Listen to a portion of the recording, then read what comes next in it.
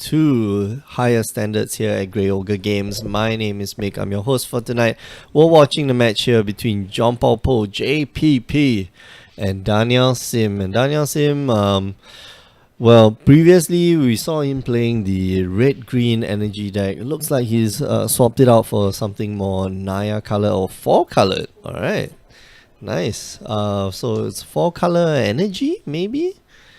Possibly. Let's see. John Popo here as a request, and as a request from who is it? Ilham Rizki, to put him on the stream so we can watch.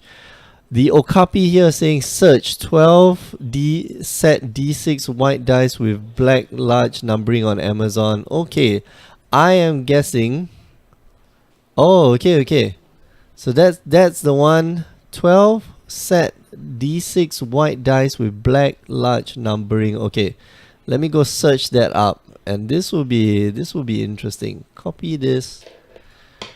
On Amazon, you say. Okapi, I thought this would have been, in my head. In my head, this was the this was an ad for something, but okay, all right. So we see 12 D6. Oh, okay, nice. How big are they? These are Ultra Pro dice. These are how big? Goodness. Okay, I guess they're big. 15 mm from side to side. So that's 1.5 cm. That's gonna be huge. All right. So it looks like something that we can go and get. 1.5 cm. How? That's big. That's very, very big. Awesome. Okay, thanks, Okapi. That should be the dice that's very similar. But right now we're using like sponge dice. So yeah, we'll probably get those. Cool. Okay, so Daniel here getting up to 7 energy. We're after 2 attune with Aethers, as well as a what do you call it? What is this top the guy? I forget what's his name. Whirler Virtuoso. That's the one. Whirler Virtuoso. And let's bring him up. Seeing a lot of play recently when Whirler Virtuoso, so it's 3 mana for 2/3s, blue and red. It's a Vidalcan Artificer. When it enters the battlefield, you get 3 energy, and you can pay 3 energy, you get 1/1 colorless top the token. And here he's gonna cast Felida Guardian, and that's gonna bounce the Whirler Virtuoso, and he's gonna get another 3 energy. So it's like a free topter here of the Felida Guardian. Let's take a look at Felida Guardian. This is the card that WotC has admitted that hey, this was a mistake because he can target another permanent. So when it enters the battlefield, you may exile another target permanent you control, then return that card to the battlefield under its owner's control. So for 4 mana, you get 1/4 that blinks anything that you control, and oh man, that's fantastic. Here Daniel is gonna go for 2 more Thopters, so he can swing in for 6 this turn. That will bring John Popo down to 11, which means it's a 3-turn clock if he doesn't have anything, but he does have the Dynavolt Tower, and so Daniel here just doesn't have to cast anything anymore. He just keeps swinging in, and hopefully he can get in all the damages. Harness Lightning here going to get rid of that pesky Whirler Virtuoso, but he's going to be taking 4. And yeah, just chooses to pass the turn. No targets for the Oath of Chandra. It doesn't look like Daniel's hand is anywhere that is full of gas. In fact, this is the hand that does not have any gas, and he doesn't have any of the man lands on the battlefield. So this is going to be a little tough for Daniel to get through enough damage fast enough. But he does have a Saheeli Rai. Does he want to go for it? That is the question, and I think you don't. Let's just go swing in with I think you should swing in with everyone. Okay, so he's going to use another Harness Lightning. They're going to gain 2, going to go up to 5 off of that of that exchange. And maybe it's time for Daniel to run out the Saheeli Rai, and he does. Does John Popo here have an answer to that?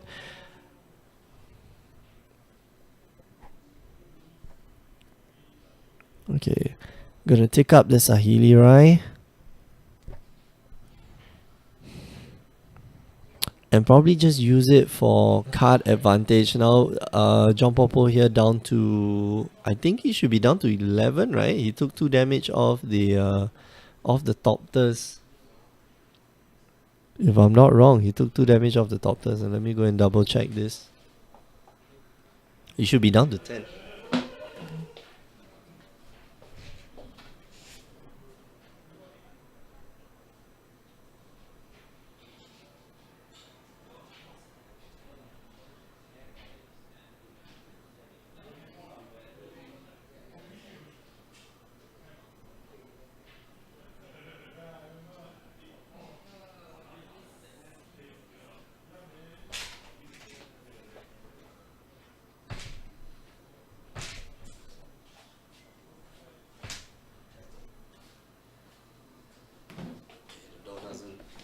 And I'm back. A bit misplayed there. Should have played either Hub on turn 2, harness the Whirler while the energy on the stack. Yeah, that is true. But yeah, like you were mentioning, Ilham, both of you are working on this deck, and I guess trying to maneuver and try to learn how to play this deck properly, I guess. So it takes down the Felida Guardian, but that's okay. I think the Felida Guardian is fine to take down. John Popo here at 5 energy, which means he only gets 1 activation off of his Dynavolt Tower.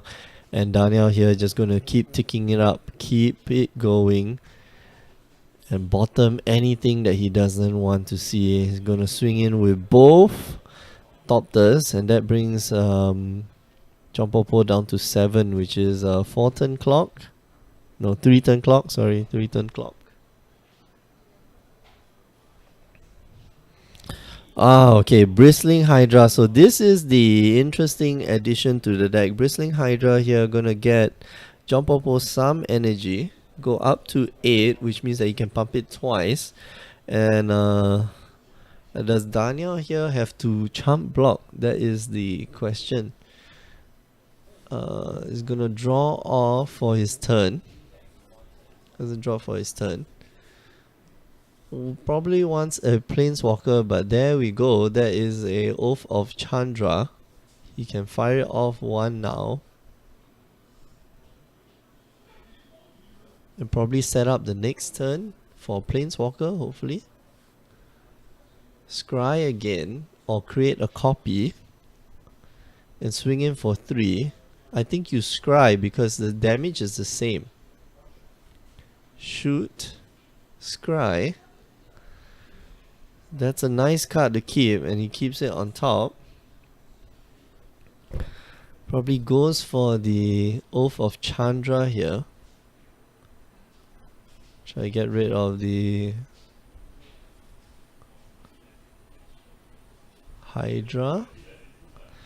John Popo, I think you protect the Hydra at this point of time. Don't let it die because that's your only threat. And goes down back down to 5 energy.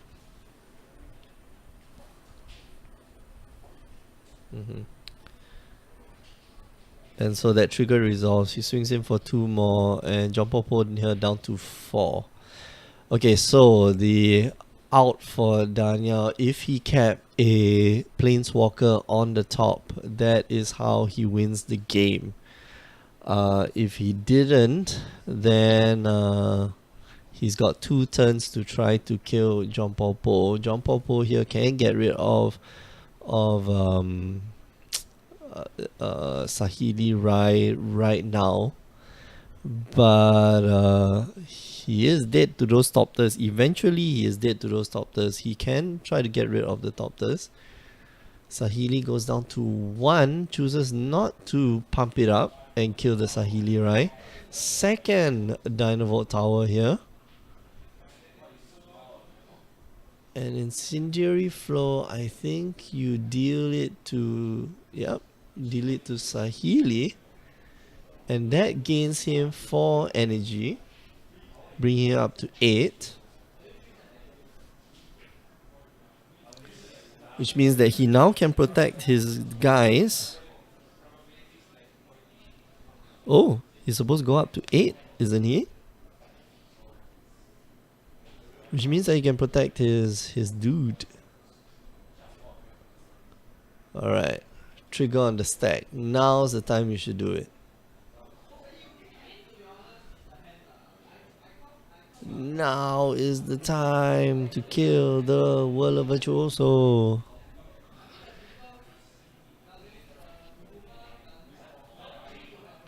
Shoot. One of the top tiers. Okay, so he lets it go. No, he should shoot the Whirler Virtuoso in response. But maybe he thinks that it's okay that he can deal with the top tiers first, and he should be dealing with the top tiers. He goes down to 3 and just passes the turn. And Daniel here needs just a planeswalker, and that's it. Of course, John Popo, if he does have, let's say, a Radiant Flames, then he'll be in a good position. But I'm not quite sure whether the Temur Tower deck does play a like 1 or 2 of Radiant Flames in the deck. I believe it should, because that's the only, those are the only things in the deck which are powerful. And no, he just scoops it up. That's it. Alright, so Daniel here takes game 1 with 4 color Saheeli Rai. John Popo here still struggling to understand, I guess, the nuances with this deck, and you do see him sideboarding in the what do you call it? What's that card? Somebody help me. Do sideboard in the Radiant Flames. Yeah, I was just talking about it.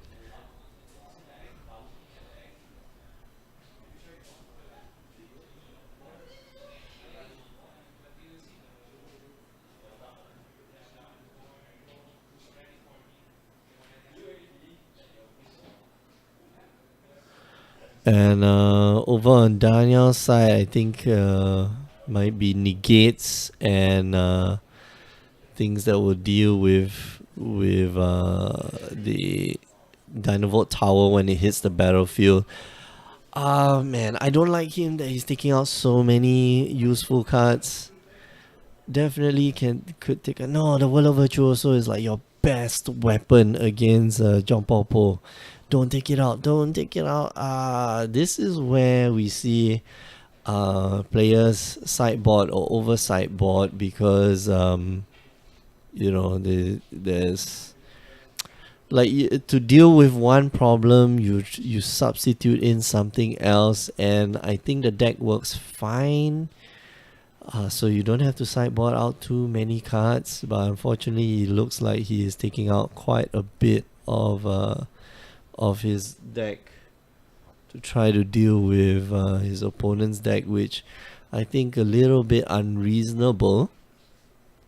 He could be keeping a lot of tempo, especially that Whirler Virtuoso. Whirler Virtuoso is a very powerful card that you need to keep inside the deck to make sure that you're matching your opponent play for play.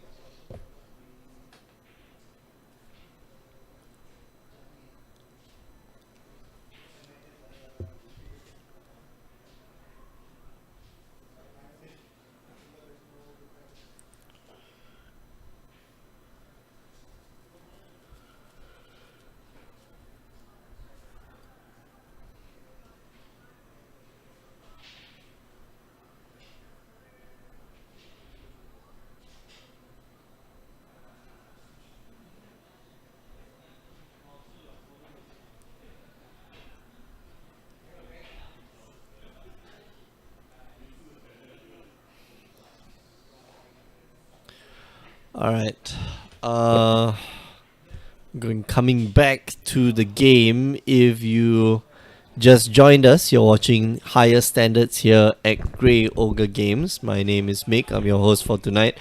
And if you're new to all of this, remember you can join us on our streams every Tuesday and Wednesday. Tuesdays we have Standard, Wednesdays we either have Modern or Frontier, and sometimes on the weekends we also have tournaments, but we don't stream them all. To make sure that you follow, to make sure you keep up to date, follow our Twitch, follow our Facebook page, twitch.tv/GreyOgreGames, facebook.com/GreyOgreGames.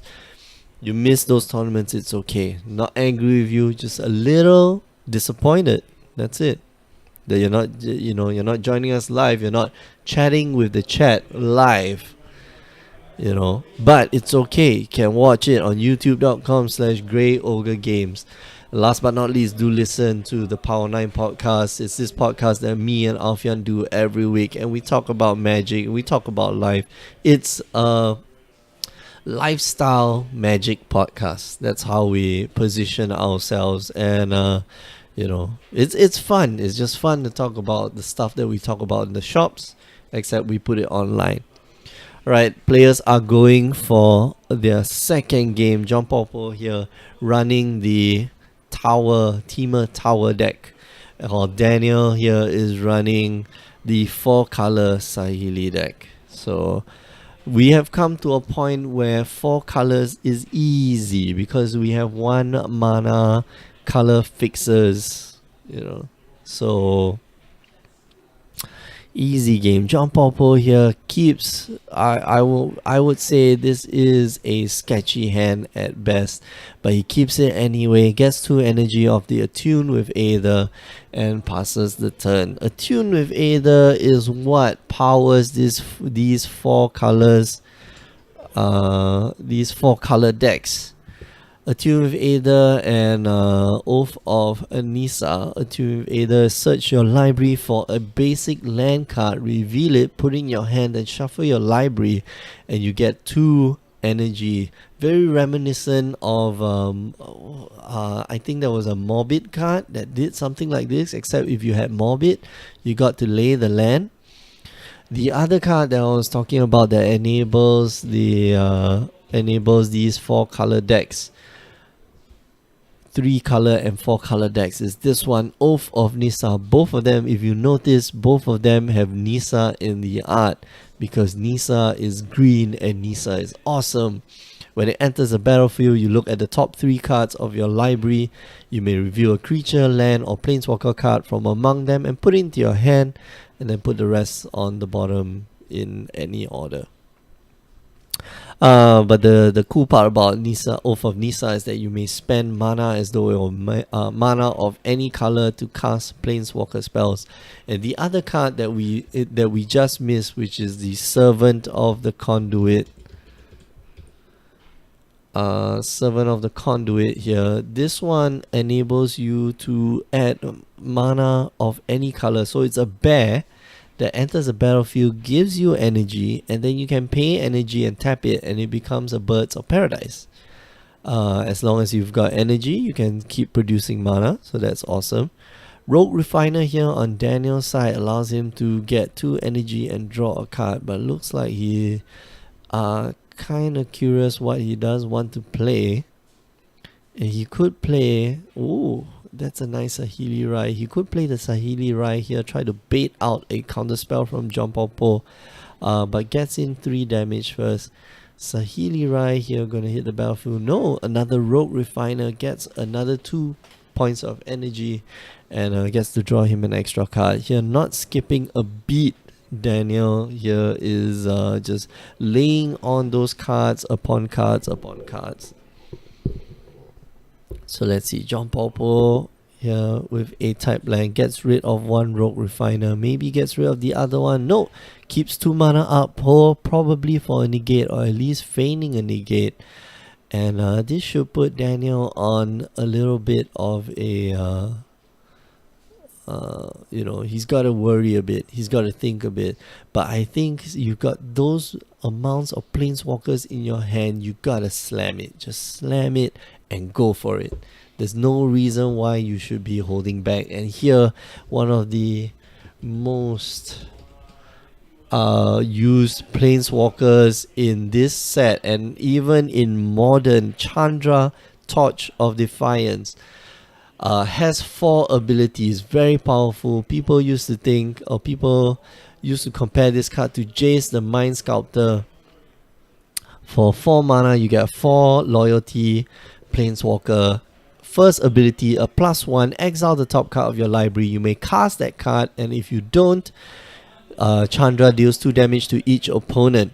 And just mindful that you have to cast that card and not just lay the card. So if you do exile a land, you cast that land.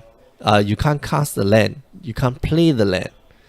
Her second ability, +1, add 2 red mana to the mana pool, which I think is what Daniel's gonna go for here, because he's gonna go +2. Oh no. So now that now that he's passed his turn, now that he's past his combat, I don't think he'll be playing the Saheeli Rai this turn, but he may just. Who knows? So let's see. Daniel here sideboarding in a release the gremlins for the Dynavolt Tower. Alright, so +1 is going to reveal the top card, and that's a negate, so he's just going to ping his opponent for 2. Does he go for the Saheeli Rai? And I think you do, but he chooses not to. He passes the turn, trying to feign a counter spell here, but he's got a hand chock full of planeswalkers, which I think he should just start casting. Yeah, Chandra definitely is the game here. He's got the last planeswalker in his hand is Nisa. What is it? Nisa Vital Force. So he's got a Saheeli Rai and he's got Nisa Vital Force in hand. And here I think he's going to go for the extra 2 mana off of Chandra, fire off, and then use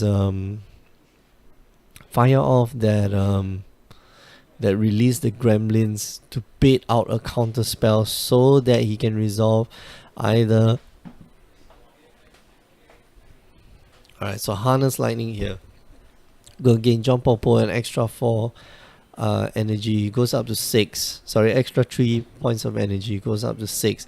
And I think now's the time to try to resolve spells like Nisa.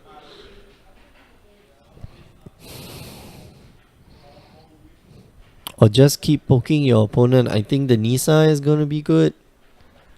Or you could just tick up for mana and then resolve a Saheeli Rai. So Daniel here just spoiled for choice, but he needs to, he needs to plan it out. He needs to make sure that he does not lose at this point. And he goes for the Saheeli Rai, trying to bait out the negate, but there is no negate in John Popo's hand. So this should signify all clear for Daniel. He should scry first and then maybe try to cast the top card of his deck. No, instead goes for 2 mana probably and try to cast. Yeah, there we go. Release the gremlins, hitting the Dynavolt Tower.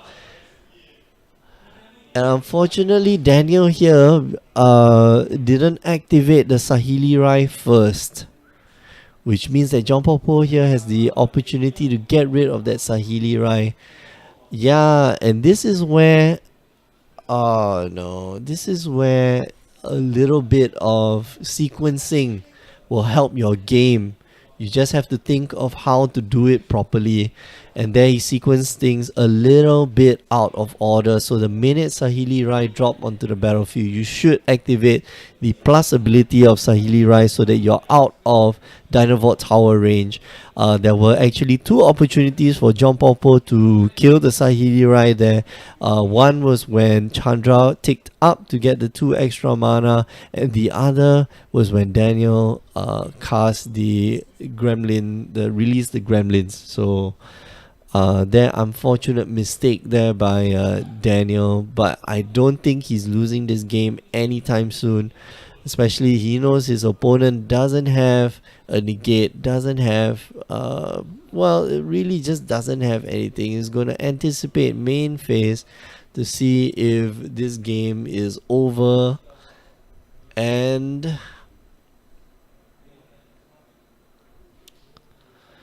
what can John Popo draw to get out of this? I don't think he can, because Nis what do you call it? Chandra's gonna ulti next turn, and then he's gonna cast another Chandra, and that's gonna be 5 damage to the face already. The minute he casts another spell, that's another 5 points of damage to the face. So not much that John Popo can do.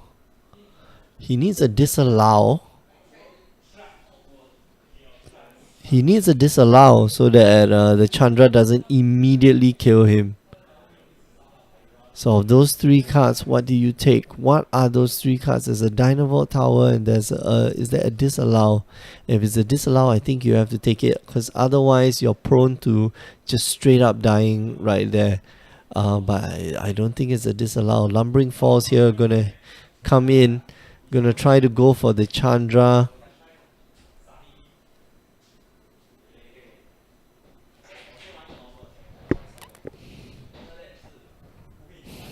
And so this is the desperation, which means that Daniel here is clear to just ultimate the Chandra, cast a big baddie, ulti the Chandra, because there's no more disallow mana. And there's the handshake from John Popo. He knows what's up. And that ends the game. A little spoiled for riches there right at the end, but things still worked out for Daniel Sim there. And yeah, we're going to round 3. If you just joined us, you're watching Higher Standards here at Grey Ogre Games. My name is Mick. I am your host for tonight, and we're going to round 3. But before we leave, we just want to let you know that you can join us on the stream every Tuesday and Wednesday, 8 p.m. Singapore time. But if you can't join us on the stream, it's okay. Head down to youtube.com/GreyOgreGames and watch the replays there. Last but not least, do listen to our partners, the Power 9 podcast on power9podcast.com. Every week, myself and Alfion, we get together and we talk shop about this little game called Magic the Gathering. Alright, we're going to go to round 3, and I'm going to put you on a break, a replay. So don't go away. We'll be right back. See you guys.